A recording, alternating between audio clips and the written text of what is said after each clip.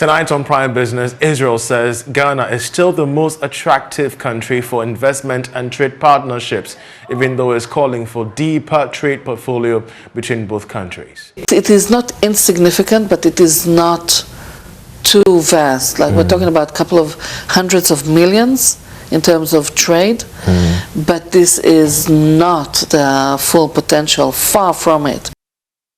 All these stories and more coming up shortly. Do stay with us. The business segment is brought to you by EcoBank, the Pan-African Bank. Frutali, the all-natural fruit juice.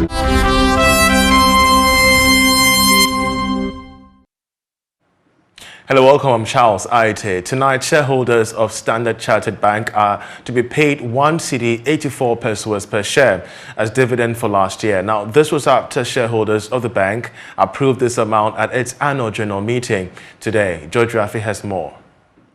Dividend payout represents 48% jump over what it paid in 2020.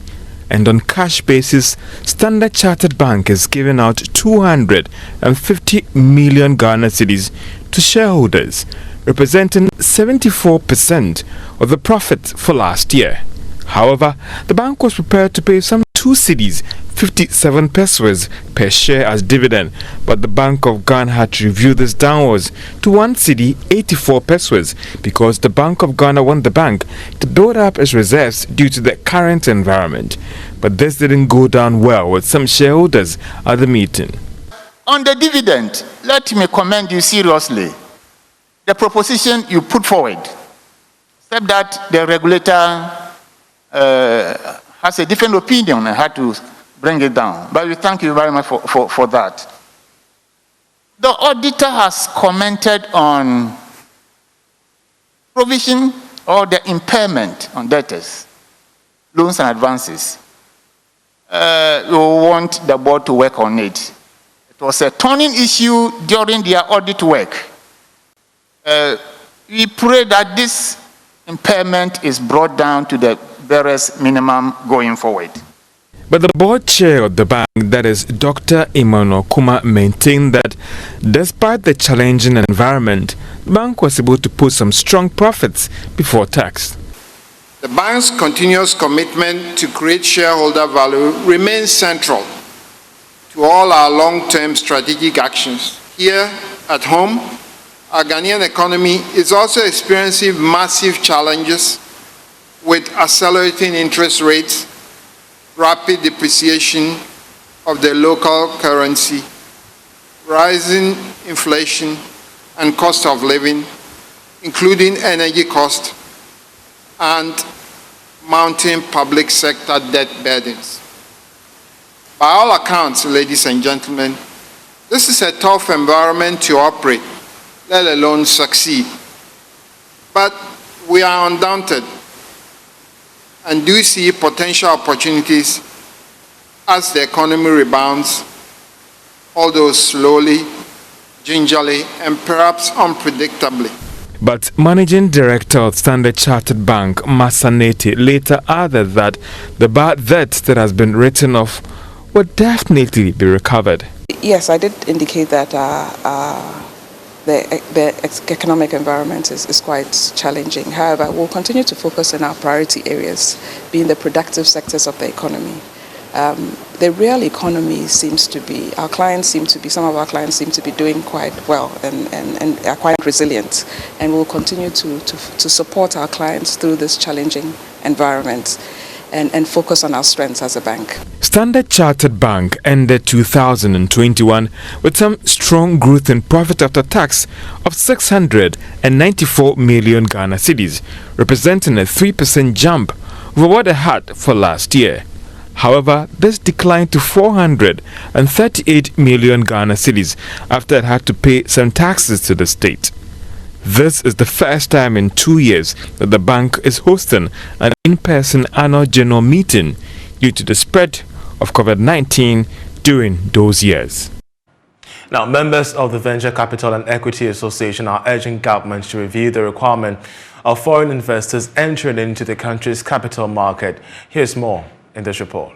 Ghana's private equity fund environment has not been too friendly to foreign investors as compared to countries in Africa like Mauritius and other European markets. This has led to the formation of the Venture Capital Equity Association to collaborate with stakeholders and regulators in making the system more sustainable. At the launch of the legal and tax paper, Chief Executive for Oasis Capital, Matthew Bwedueje, told Joy Business that stakeholders are making a push for the Securities and Exchange Commission to take a critical look at some requirements in the law. I was only concerned about the broad nature of the definition of trading business.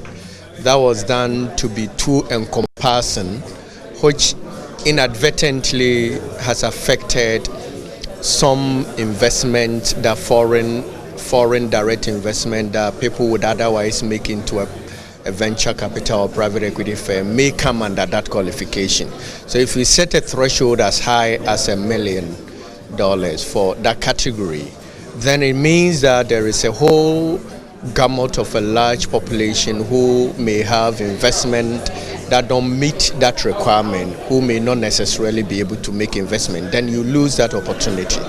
The association has made a series of recommendations to the Ministry of Finance to consider in subsequent policy documents. Yao Also Brempong is Chief Executive of the Venture Capital Trust Fund. One key aspect that we need to get right is fund domiciliation, because if you don't have the funds here, venture capital, for instance, we are supposed to invest in funds that are domiciled in Ghana.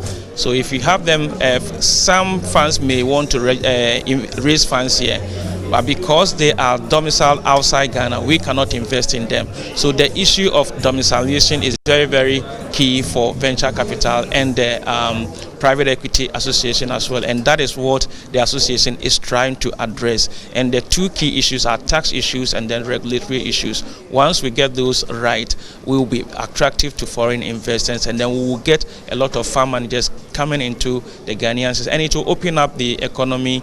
Businesses will get a lot more funds to access, and then the economy will benefit at large. The Venture Capital and Equity Association believes that Ghana stands a good chance to receive private equity investments, but more interventions are needed. Now, amid the gradual increase in the cost of living and doing business in Ghana since 2021, Israel says the country is still the most attractive for investments and trade partnerships. Ghana's trade volumes with Israel tanked significantly amid the COVID surge, just like any other economic partner. But with inflation hitting 23.6%, what remains the investment interest of Israel? This was a question I put to Her Excellency Shmolet Sufa, Israel's ambassador to Ghana. Here's more in our interaction. We're having this conversation on the back of, Ghana emerging out of the constraints of COVID. Not just Ghana, but Israel and around the world. We do know that even before COVID, we saw the Mashav initiative and the Israeli embassy, the government of Israel to be specific, helping to aid in specific investment patterns in agriculture and various sectors. How has this initiative fared post-COVID-19? So it's important to note that Mashav has been working with Ghana for decades now, since 1958. Actually, Ghana can pride itself as being the inspiration for the creation of Mashav, which is the International Development Agency of Israel. It is part of the Ministry of Foreign Affairs, and they've been working all over the world with developing countries, but there's always a main focus or a special focus on Africa. And in Ghana, we've been working hand in hand since 1958, ever since our then Foreign Minister Golda Meir visited Ghana and West Africa. So we've been focusing mainly on agriculture, health, and innovation, but we've been doing other sectors as well, working hand in hand with the government of Ghana to answer the needs of Ghana in terms of development, and in line with Ghana's government development programs, such as planning for food and jobs and other programs and schemes that are aimed to assist the economy and development of Ghana. Post-COVID-19, we have seen a drain in the agri sector. Currently we are having the agriculture value chain in Ghana under some stress. Economists are predicting a possible food shortage. What's going to be the intervention from agri companies from Israel in terms of the targeting of this sector post-COVID-19? There's a lot of work that is being done on agricultural projects by Israeli companies in Ghana.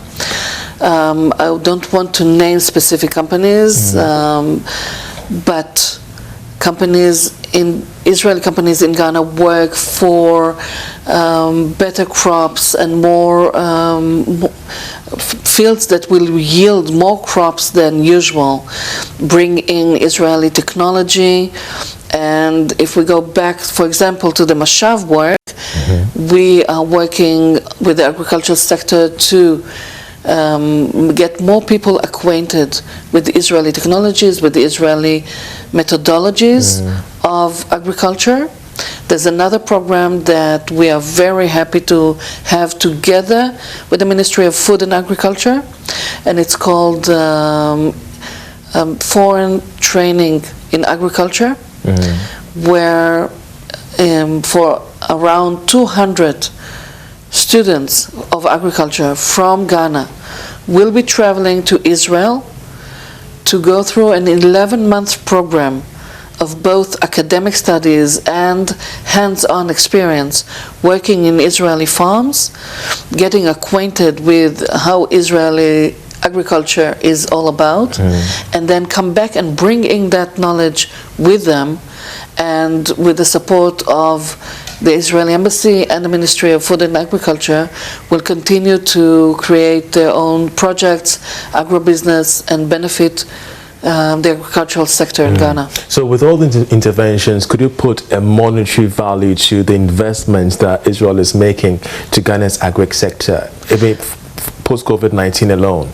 Well, that's a very good question and not an easy one to answer. I would say that all in all, if we look at the volume of, say, trade between the two countries, it is not insignificant, but it is not too vast. Like we're talking about a couple of hundreds of millions in terms of trade, but this is not the full potential, far from it. And when it comes to investment, specifically in agriculture, I don't have a specific number, but I can assure you that there's much more to be done, and we hope to see more Israeli companies come to Ghana and much more exchange, be it business to business or in lines of development between our two countries. I want to pick up on the point you made about the trade volumes between Ghana and Israel not being enough, because it's quite obvious. Even post the pandemic, even before the pandemic, we have seen trade volumes between Ghana and specific countries around the world dwindle, and others have attached it to some issues regarding supply chain constraints. Others have also said that it could be matters regarding geopolitical frameworks, the conflicts in Ukraine currently, the post-COVID-19 constraints on the importation and export of goods and services. But from your perspective as ambassador, what do you think could be accounting for the shortfalls in trade volumes between Ghana and Israel? There is an ongoing trend of increasing that volume of trade. We have just 4 years ago, in 2018, we have opened the only trade and economic agency of Israel in West Africa. It is located here in Ghana as part of our embassy, and they have been working tirelessly on creating more business-to-business connections, of introducing sectors of Israeli economy that could be relevant to Ghana and to Ghanaian businesses, bringing in investments from Israel or supporting businessmen with investments to relevant sectors in Ghana. For example, I would like to mention the FinTech Summit that this Trade and Economic Mission has created, initiated, and will execute next week here in Accra. And there are going to be a very fine and long list of Israeli companies with very advanced fintech capabilities and technologies that would be interested in introducing them to the Ghanaian market and to relevant business partners. And hopefully we will see much more exchange in that regard as well, on top of everything else. But of course we need to push further, and there's much more to be done. Indeed. We shall come to the FinTech Summit shortly, but even before that, I'm quite curious to find out the key priorities that the Israeli government is making when it comes to trade and investment for this year. When it comes to Ghana, the main focus would be in the sector of agriculture, but as well water management and infrastructure, and to some extent communication. What about water management? Because we're currently having challenges regarding illegal mining, which is polluting our water bodies, turning rivers to, not being able to use by various communities, and it's really driving away investment, because so many investors feel that they are just throwing your money away, having to see the fact that the fight against galamsey is still not won. So what about water management is Israel really looking at? There are companies, Israeli companies, that are very interested in introducing their technologies in terms of water purification, and indeed facing this challenge of water pollution when it comes to the work of mines in Ghana. We have been sponsors, one of the sponsors for a major WASH conference that was held in Ghana last year in 2021, and we brought in some Israeli companies. This is again the excellent work of our Trade and Economic Mission, and there's more interest of bringing more Israeli companies in that regard, but we are aware of the challenges. For example, there's a company that is doing analysis of satellite imaging to be able to predict, for example, where there will be floods, and therefore protect the farmers and livestock that work and live alongside rivers and lakes, and we'll be able to warn them in advance, because they will be able to identify areas that are prone to floods. And they're working also in the Greater Accra area, and this way, when they present their analysis, authorities all over Ghana and the Accra will be able to better prepare for floods. That's quite interesting. So when are we expecting this company to come on board? They are already working. They are already on the ground. On the ground, yes. That's actually in the air. They are working in space, actually. But help us understand, because even as you bring in investors in, there is this concern about the rising cost of doing business in Ghana. Inflation is high, highest in the West African sub-region. Even though we're having FDIs increase, we are the second in West Africa to attract FDIs. How are investors from Israel relating to these changing scenes of doing business in Ghana? This is individually taken, the risk assessment, and each investor has to make his own assessment whether they want to work with Ghanaian partners and to what extent. But we still see a great interest, we still see appetite, and Ghana is still considered to be, very attractive for businesses and investors from Israel.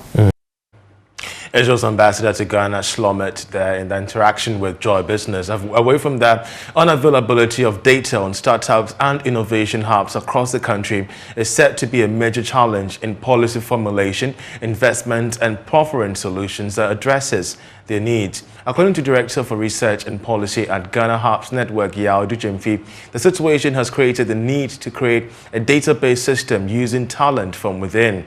He was speaking to Joy Business in Tema at the Accra zone of Hackathon 2022, where our correspondent Kwame Yanka has more in this report. Startups and innovation hubs play an important role in the country's economy through creation of jobs and services. However, data in this space is said to be fragmented. In the last 2 years, Ghana Hubs Network has made a deliberate attempt to have a well-structured database. This could contribute significantly to policies, get the needed investments, among other solutions to challenges in the sector. Director for Research and Policy at Ghana Hubs Network, Ayitey says the Hackathon 2022 is giving talent within the network the platform to create a database system. This is made up of developers from Oti, Eastern, Volta, and Greater Accra regions, and is supported by GIZ Make IT in Africa. What we did was to come up with a program that would utilize the talent within our network for them to develop a web-based database system that would help us to be able to gather data, especially at the grassroots across the country where startups operate, basically on startup programs, what the startups need, the challenges they are going through, data on startup birth and deaths, to be able to find out about some of the challenges and be able to address them. But more importantly, also on some of the issues that affect startups and hubs, and innovation hubs directly, so that we can churn out programs and also engage the various stakeholders, including government, that would help us to be able to create that enabling environment for startups and also innovation hubs to thrive. After 4 hours of brain racking, bringing their skills to bear and grilled by judges, Smart Network emerged winners of the two groups which were tasked to create a database system. Joshua Odoi is a member of this team which will compete at the national level this month. So for me and the team, I think the process and the experience has been enlightening and insightful. I mean, we've gotten the opportunity to understand the challenges of the various hubs and stakeholders. And then we did our best within the 4 hours time frame. We've been able to come up with a prototype and a good plan that, having given the opportunity, we will work on and bring out a tool that is going to improve the efficiency and sustainability of the whole Ghana Hubs network.